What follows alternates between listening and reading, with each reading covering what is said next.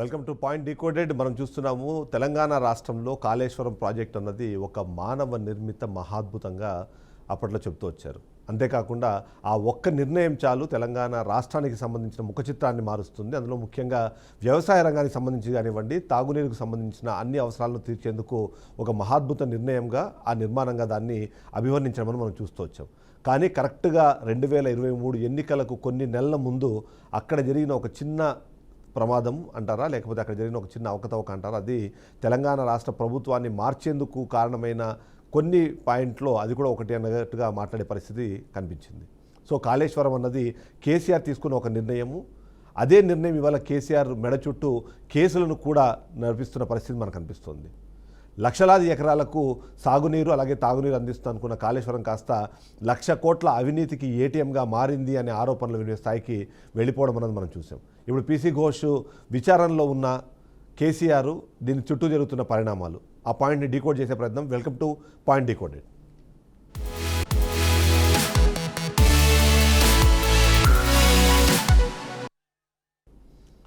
తెలంగాణ రాష్ట్రంలో మనం చూస్తున్నాం మొదటి నుంచి కూడా వ్యవసాయ ఆధారిత రాష్ట్రంగా కూడా తెలంగాణ రాష్ట్రంలో, అందులో ముఖ్యంగా హైదరాబాద్ నగరాన్ని పక్కన పెడితే మిగిలిన ప్రాంతాల్లో సాగునీరు అలాగే తాగునీరుకి సంబంధించిన ఇక్కట్ల గురించి ప్రతి సందర్భంలో మనం మాట్లాడుతూనే ఉంటాం. ఎన్నో అవకాశాలు ఉన్నా సరే వాటిని వినియోగించుకోవడంలో గతంలో ఉమ్మడి రాష్ట్రంగా ఉన్నప్పుడు ఆంధ్రప్రదేశ్ రాష్ట్రంలో తెలంగాణ ప్రాంతం వెనకబడింది అన్న ఒక ఆరోపణలు వినిపిస్తున్న నేపథ్యంలో జలయజ్ఞం పేరుతో వైఎస్ రాజశేఖర రెడ్డి నిర్మాణాలు ప్రారంభించినా సరే వాటికి సంబంధించిన ఉపయోగాలు మాత్రం తెలంగాణ రాష్ట్రానికి తక్కువగా వినియోగించబడ్డాయి అనేది కూడా ప్రతి సందర్భంలో మాట్లాడుతూ వచ్చారు. అందులో భాగంగానే కేసీఆర్ అధికారంలోకి వచ్చిన తర్వాత చాలా క్లియర్గా ముఖ్యంగా ఆలోచించింది ఆ ప్రాజెక్టులన్నింటినీ రీడిజైన్ చేయాల్సిన అవసరం ఉంది.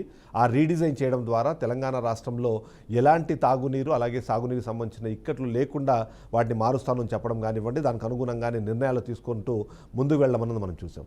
కాళేశ్వరం ప్రాజెక్టుకు సంబంధించి ముఖ్యంగా మనం మాట్లాడుకుంటే కాళేశ్వరం ప్రాజెక్ట్ని ఒక రకంగా చెప్పాలంటే ఆంధ్రప్రదేశ్ రాష్ట్రంలో ఏదైతే పోలవరం గురించి మాట్లాడుకుంటామో దానికి 10 పెద్దగా ఈ కాళేశ్వరాన్ని అభివర్ణించడం కానివ్వండి, కాళేశ్వరం నిర్మాణం ఒక్కదాంతోనే తెలంగాణ రాష్ట్రానికి సంబంధించిన చాలా సమస్యలను తీర్చే అవకాశం ఉంది అని మాట్లాడిన నేపథ్యంలో ఆ విశేషాలను ఒకసారి మనము చూడాల్సిన పరిస్థితి మనకు కనిపిస్తుంది.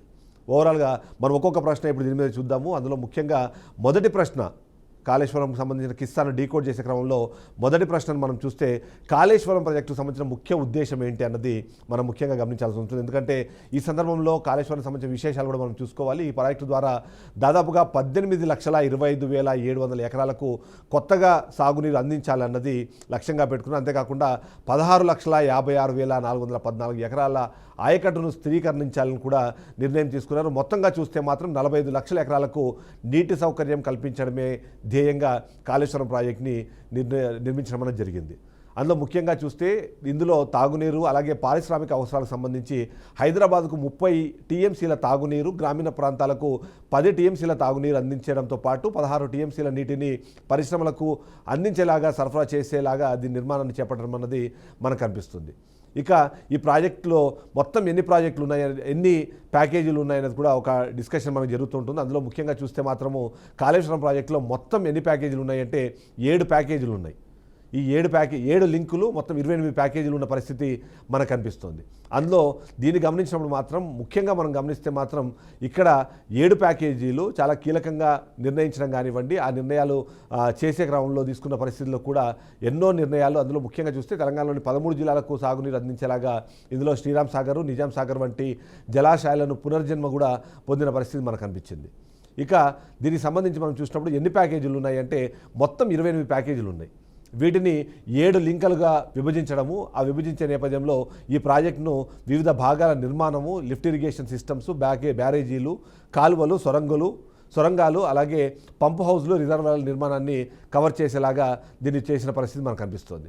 అంతేకాకుండా దీన్ని గమనించినప్పుడు మనం కూడా ఎంతో క్లియర్గా 7 ప్యాకేజీలు మొత్తం వీటిని సంబంధించి చూసినప్పుడు కూడా మొదటి లింక్ మనకి మేడిగడ్డ బ్యారేజ్ నుంచి అన్నారం బ్యారేజీ వరకు మనకు కనిపిస్తుంది. లింక్ 1 మనకు చూస్తే మాత్రం ఇందులో మేడిగడ్డ బ్యారేజ్ నుంచి అన్నారం బ్యారేజ్ వరకు ఉంటే, లింక్ 2 అన్నది అన్నారం బ్యారేజ్ నుంచి సుందిల్ల బ్యారేజ్ వరకు ఉంటుంది.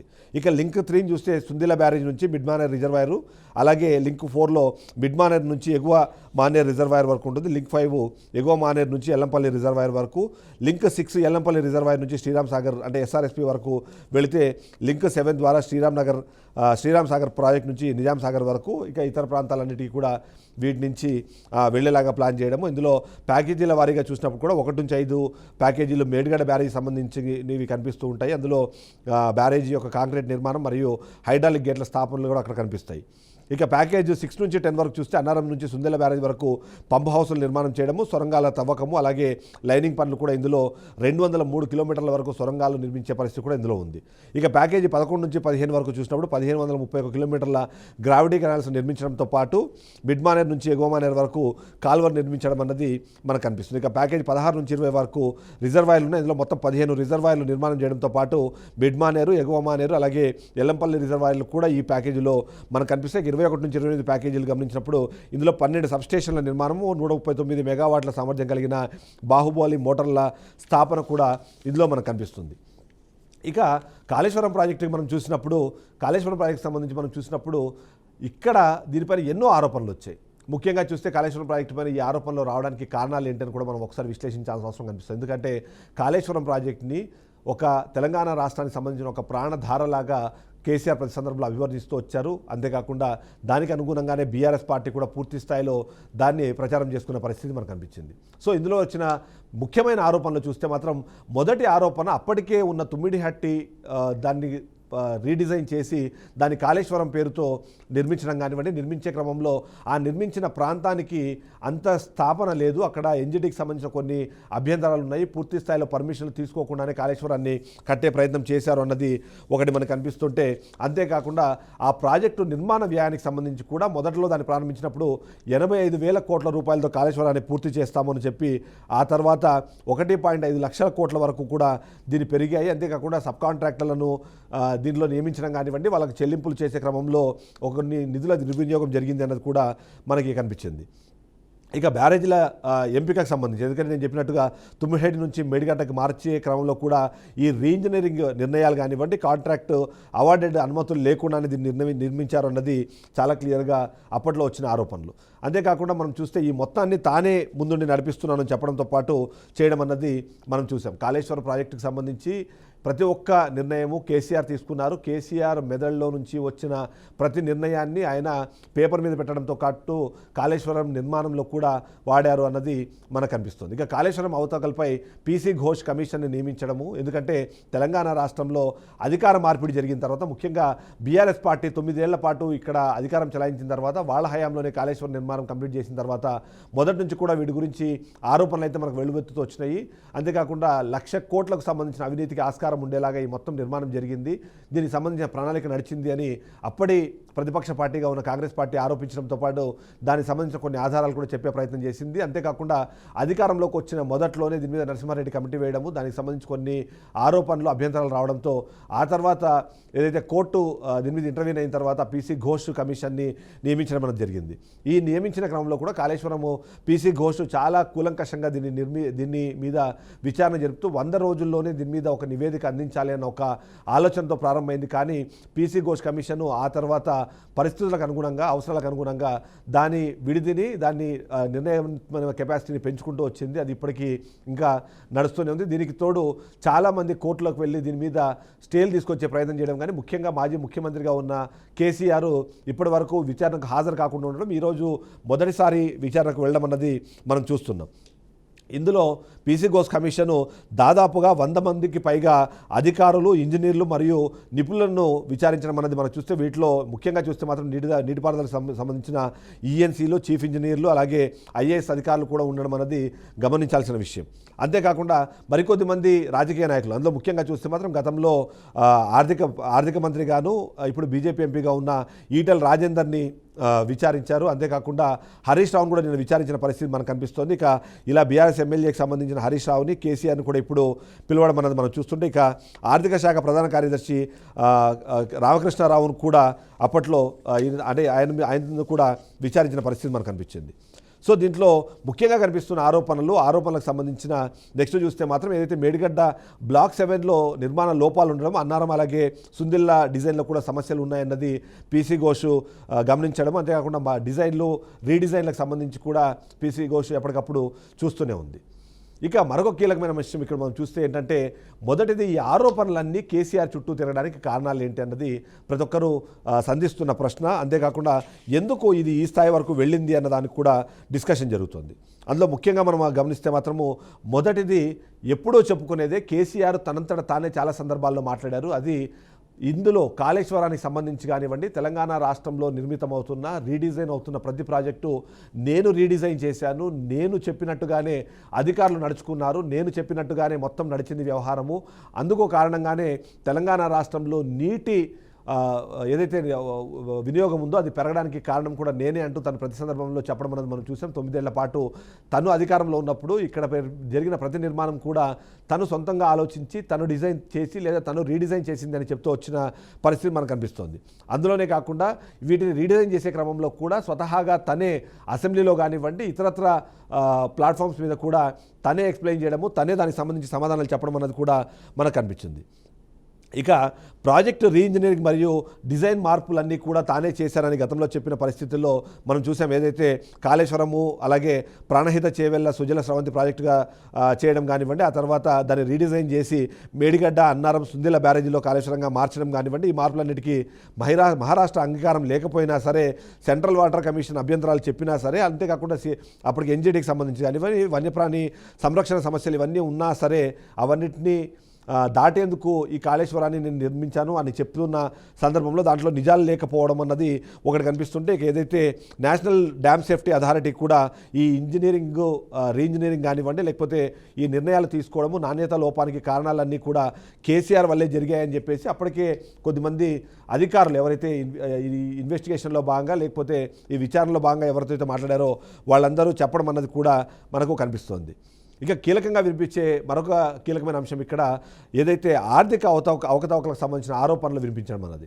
అంతేకాకుండా గతంలో బీఆర్ఎస్ పార్టీకి బాగా హెల్పింగ్గా ఉన్నా లేకపోతే వాళ్ళతో బాగా సన్నిహితంగా ఉన్న కొన్ని కంపెనీలకు మాత్రమే దానికి సంబంధించిన వర్క్లు ఇవ్వడం, ఆ వర్క్లు టెండర్లు అప్పగించే విధానంలో కూడా గ్లోబల్ టెండర్లు కాకుండా తను నిర్ణయించిన కంపెనీకే టెండర్లు దక్కేలాగా తీసుకున్న నిర్ణయాలన్నీ కూడా ఇవాళ కొద్దిగా ఇబ్బందిగా మారడంతో పాటు దానికి కారణం కూడా కేసీఆర్ అన్నది మనకు అర్థమవుతుంది. ముఖ్యంగా దీనికి సంబంధించి టెండర్లు దక్కించుకున్న వ్యక్తి కాంట్రాక్టర్ కానివ్వండి, తర్వాత వాళ్ళ దగ్గర నుంచి వీటిని ప్యాకేజీల కింద విడగొట్టి సబ్ కాంట్రాక్టర్లకు ఇచ్చే నేపథ్యంలో కూడా కేసీఆర్ దీంట్లో డైరెక్ట్గా ఇన్వాల్వ్ అయ్యారు. బీఆర్ఎస్ పార్టీ కూడా దీంట్లో పూర్తి స్థాయిలో ఉన్నది అన్నది చాలా క్లియర్గా కనిపిస్తోంది. ఇక మేడిగడ్డ బ్యారేజీ వైఫల్యానికి సంబంధించి డిస్కషన్ వచ్చినప్పుడు కూడా ప్రతి సందర్భంలో రెస్పాండ్ అయింది కేసీఆరే క్లియర్గా చెప్పిన నేపథ్యంలో 2023 అక్టోబర్లో మేడిగడ్డ బ్యారేజీ బ్లాక్ 7లో పిల్లర్లు కుంగిపోవడం అన్నది ఈ ప్రాజెక్టులోని లోపాలను బయటపెట్టడంతో పాటు ఎన్డీఎస్సీ అది ఏదైతే నేషనల్ డ్యామ్ సేఫ్టీ అథారిటీ నివేదిక చూడడం అన్నది కూడా దీనిలో కనిపించడం అన్నది చాలా క్లియర్గా కనిపిస్తుంది. ఇక రాజకీయ కారణాలు కూడా మనం ఇక్కడ చూడాల్సిన అవసరం ఉంటుంది. ఎందుకంటే గతంలో ఎవరైతే కేసీఆర్తో పాటు పనిచేశారో, కేసీఆర్తో పాటు ఈ మొత్తం నిర్ణయాల్లో భాగస్వాములు అయ్యారో, ఆ తర్వాత వాళ్ళందరూ మాట మార్చడం అన్నది కూడా ఈ మొత్తం వేళ్ళు కేసీఆర్కి చూపించే అవకాశాన్ని కూడా క్రియేట్ చేసి, ముఖ్యంగా ఈటెల రాజేందర్ లాంటి వాళ్ళు అప్పట్లో ఆర్థిక శాఖలో పనిచేయడం కానివ్వండి, ఇవన్నీ తను కూడా ఇందులో కీలక పాత్ర పోషించిన తర్వాత ఎప్పుడైతే పార్టీ మరి బయటికి వెళ్ళినప్పుడు ఈ మొత్తం నిర్ణయాలు కానివ్వండి, ఈ మొత్తం క్రెడిట్ కానివ్వండి లేకపోతే దానికి సంబంధించిన బ్లేమ్ కానివ్వండి కేసీఆర్కే దక్కుతాయి. ఎందుకంటే ఆ మొత్తం నిర్ణయాలు ఆయన వ్యక్తిగతంగా తీసుకున్న నిర్ణయాలు కానీ చెప్పడమే కాకుండా ఆయన ఒకే స్టైల్ అంటే ఆయన వన్ సైడెడ్గా తీసుకున్నారు అన్నది కూడా చెప్పడం కనిపించింది. దీనికి తోడు ఈ ఏదైతే విచారణలో ఉన్న అధికారులు మాట్లాడే క్రమంలో కూడా చాలా క్లియర్గా చెప్పారు, మేము చెప్పిన మాటల్ని పట్టించుకోలేదు, మేము చేసిన సూచనలను అసలు పరిగణలోకి తీసుకోలేదు, మేము మాట్లాడిన ఏ ఒక్క విషయాన్ని కూడా ఆయన పట్టించుకోకుండా తను చెప్పినట్టుగానే ప్రతి ఒక్కరూ నడవాలి అని చెప్పడంతో పాటు కొన్ని సందర్భాల్లో అధికారులకు సంబంధం లేకుండా డైరెక్ట్గా కాంట్రాక్టర్లకే తను ఆదేశాలు ఇచ్చినట్టుగా కూడా కొద్దిమంది వాంగ్మూలాలు ఇచ్చారు. దానికి సంబంధించి కూడా మనకు కనిపిస్తున్నాయి. ఇక ప్రాజెక్టు ప్రచారంలో కేసీఆర్ ముఖ్యంగా దీన్ని మనం చూస్తున్నాము. నేను మొదటి నుంచి చెప్తున్నట్టుగా కేసీఆర్ ఏదైతే ఉన్నారో కేసీఆర్ మొదటి నుంచి కూడా ఈ మొత్తము నాదే నిర్ణయం అని చెప్పడం అన్నది కూడా ఇవాళ ఈ మొత్తం ఇష్యూస్ అన్ని తీసుకెళ్ళి ఆయన మెడకు చుట్టుకోవడానికి కూడా కారణంగా మనకు అనిపిస్తుంది. ఇక ఇతర నాయకులతో పోల్చినప్పుడు కూడా కేసీఆర్ వైపు అందరూ వేళ్ళెత్తి చూపించడంతో పాటు ఈ సమస్యకు సంబంధించిన ప్రతి విషయంలో నుంచి బయటకు వెళ్ళడం అన్నది మనం చూస్తూనే ఉన్నాం. ఇక ఆరోపణలు ప్రత్యారోపణలకు సంబంధించిన విషయాలు వచ్చినప్పుడు ఒక హరీష్ రావు, కేటీఆర్ తప్ప మిగిలిన వాళ్ళు ఎవరు దీని మీద పెద్దగా మాట్లాడకపోవడము, మొదటి నుంచి ఈయన మాట్లాడుతున్న పరిస్థితుల్లో కానివ్వండి కాళేశ్వరానికి సంబంధించిన ప్రతి ఒక్కటి కూడా ఆయనకే చుట్టుకున్న పరిస్థితి మనం చూసాం. సో ఓవరాల్గా చూస్తే మాత్రం కాళేశ్వరం కిస్సాని మనం చూస్తే కాళేశ్వరం కిస్సా చాలా క్లియర్గా అర్థమవుతుంది. వేళ్ళన్నీ ఒకే వైపు చూపిస్తున్నాయి, ఒకే వ్యక్తి వైపు చూపిస్తున్నాయి. అంతేకాకుండా ఆ చూపించే క్రమంలో కూడా ఆన్సర్ చేయలేని పరిస్థితికి క్రియేట్ చేశారు అన్నది. అయితే ఇందులో బీఆర్ఎస్ పార్టీ ఒక వాదన వినిపించే ప్రయత్నం చేసింది. ఎందుకంటే దీన్ని కేవలం నిర్మాణ లోపంగా మాత్రమే చూడాలి, అంతకుమించి ఇందులో ఇంకేం లేదు. అంతేకాకుండా ఏవైతే ప్రకృతి వైపరీత్యాలు కానివ్వండి, వివిధ కారణాలతో ఇలాంటివి చాలా సాధారణంగా జరుగుతూనే ఉంటాయి. ఆ సాధారణంగా జరిగే వివరాలని వాటిని అవినీతికి మరకగా చూపించే ప్రయత్నం చేయకూడదు అన్నది ఒక పాయింట్ చూపిస్తూ వచ్చింది. బీఆర్ఎస్ పార్టీ వినిపిస్తున్న వాదనలో చాలా క్లియర్గా మొదటిది ఏదైతే దశాబ్దాల పాటు ఒక పోరాటం చేసి తెలంగాణ రాష్ట్రాన్ని ఏర్పాటు చేసుకున్న తర్వాత అప్పటి ప్రభుత్వం అంటే కాంగ్రెస్ ప్రభుత్వం అంతకుముందు 10 ఏళ్ల పాటు అధికారంలో ఉండడం కానివ్వండి, ఉమ్మడి రాష్ట్రంలో ఉన్నప్పుడు తీసుకున్న నిర్ణయాలన్నీ కూడా ఆంధ్రప్రదేశ్ రాష్ట్రానికి మేలు చేకూర్చే లాంటి నిర్ణయాలే అంటూ చెబుతున్న నేపథ్యంలో కాంగ్రెస్ పార్టీ కూడా దాన్ని వ్యతిరేకిస్తూ వచ్చింది. దాన్ని అది కాదు, అలా కాదు అనే విషయాన్ని చెప్పే ప్రయత్నంలో కూడా కొన్ని విషయాలు చెప్పే ప్రయత్నం చేసింది. అందులో ముఖ్యంగా వైఎస్ రాజశేఖర రెడ్డి ఏదైతే జలయజ్ఞం అన్నది ప్రారంభించారో దాన్ని ధనయజ్ఞంగా మార్చే ప్రయత్నం జరిగింది అన్నది బీఆర్ఎస్ పార్టీ చెబుతూనే ఈ రీడిజైనింగ్ జరగకపోతే తెలంగాణ రాష్ట్రంలో నిర్మిస్తున్న మొత్తం ప్రాజెక్టులు కానివ్వండి, నిర్మాణాలు కానివ్వండి కేవలం ఖర్చుకు తప్ప దానివల్ల ప్రయోజనం ఉండదు అనే విషయాన్ని కూడా బీఆర్ఎస్ పార్టీ చెప్తూ వచ్చింది. ఇక దీనికి సంబంధించి బీఆర్ఎస్ పార్టీకి సంబంధించిన నాయకులు మాట్లాడిన వివరాలని మనం ఒకసారి చూస్తే కూడా హరీష్ రావు చాలా క్లియర్గా దీనికి సంబంధించి ఒక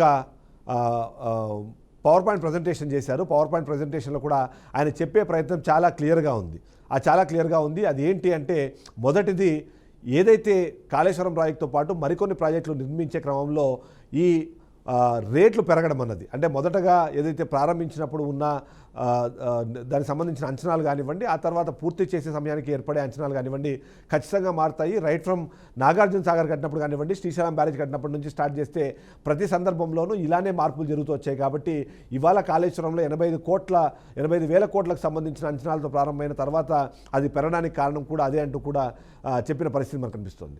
ఇక కాళేశ్వరం పూర్తి అయింది, దానికి సంబంధించిన లాభాలు ప్రజలకు వస్తున్నాయని గతంలో కాంగ్రెస్ పార్టీ ప్రతిపక్షంలో ఉన్నప్పుడు ఏదైతే బీఆర్ఎస్ పార్టీ చేసిన ప్రచారం ఉందో దానికి కూడా బీజేపీ పార్టీతో పాటు కాంగ్రెస్ పార్టీ ఎప్పటికప్పుడు దాన్ని కౌంటర్ చేసే ప్రయత్నం చేసింది. ముఖ్యంగా చూస్తే అనుకున్న లక్ష్యాలను నెరవేర్చడంలో కానివ్వండి, వాటిని అందుకోవడంలో బీఆర్ఎస్ పార్టీ ఫెయిల్ అయింది.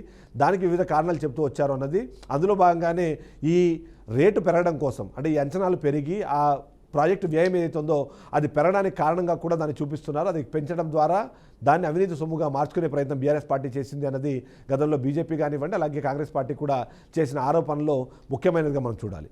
వాటన్నిటికీ కూడా సమాధానం చెప్పే ప్రయత్నము హరీష్ రావు చేశారు. హరీష్ రావు చేసే క్రమంలో కూడా గత ప్రాజెక్టులకు సంబంధించి చూసినప్పుడు ప్రతి సందర్భంలోనూ కనీసం 15 నుంచి 30% వరకు ఈ ప్రాజెక్టు అంచనాలు పెరుగుతాయి. కొన్ని సందర్భాల్లో డబుల్ కూడా అయ్యే అవకాశం ఉంటుంది. ఎందుకంటే వివిధ కారణాల ద్వారా నిర్మాణము జరిగే ఏదైతే లేట్ అవుతుంటుందో దాన్ని బట్టి అప్పుడున్న పరిస్థితులు, అప్పుడున్న సిచ్యువేషన్స్ని బట్టి ఈ రేట్లు పెరుగుతాయి. ఆ రేట్ల ద్వారా వ్యయం కూడా పెరుగుతుంది తప్ప దీంట్లో అవినీతికి ఆస్కారం కానివ్వండి, అలాంటి ఆలోచన కానీ లేదు అన్నది బీఆర్ఎస్ పార్టీ చెప్పే ప్రయత్నం చేస్తోంది. సో ఇప్పుడు ఏం జరుగుతుంది?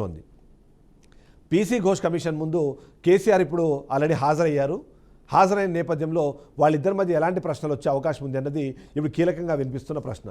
అందులో ముఖ్యంగా చూస్తే మాత్రం గతంలో ఎవరైతే ఈ ఇన్వెస్టిగేషన్కి హాజరయ్యారో, ఈ విచారణకు హాజరైన క్రమంలో వాళ్ళందరికీ అడిగిన ప్రశ్నలను మరొకసారి తిరిగి అడిగే అవకాశం ఉంది మనకి.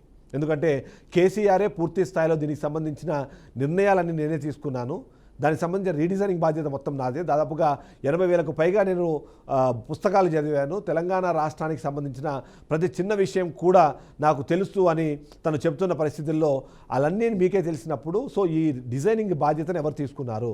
ఈ డిజైనింగ్లో మీరు ఏదైతే మాట్లాడితే మన క్యాబినెట్ అప్రూవల్స్ ఉన్నాయా, అందులో ముఖ్యంగా ఏవైతే ఫినాన్షియల్ అప్రూవల్స్ ఉన్నాయో వాటిని క్యాబినెట్ని నిర్ణయం తీసుకుందా లేకపోతే వాళ్ళ మీద మీరు ఈ రుద్దారా అన్నది. రెండోది పేమెంట్లకు సంబంధించి ఆర్థిక శాఖ మంత్రిగా పనిచేసిన ఈటెల రాజేందర్ ఏవైతే సమాధానాలు చెప్పారో ఆ సమాధానాలను మరొకసారి ప్రశ్నలుగా సంధించే అవకాశం ఉంది. ఈయన చెప్పే సమాధానాల్ని వాటికి అన్వయించి చూసుకునే అవకాశం కూడా మనకు కనిపిస్తుంది.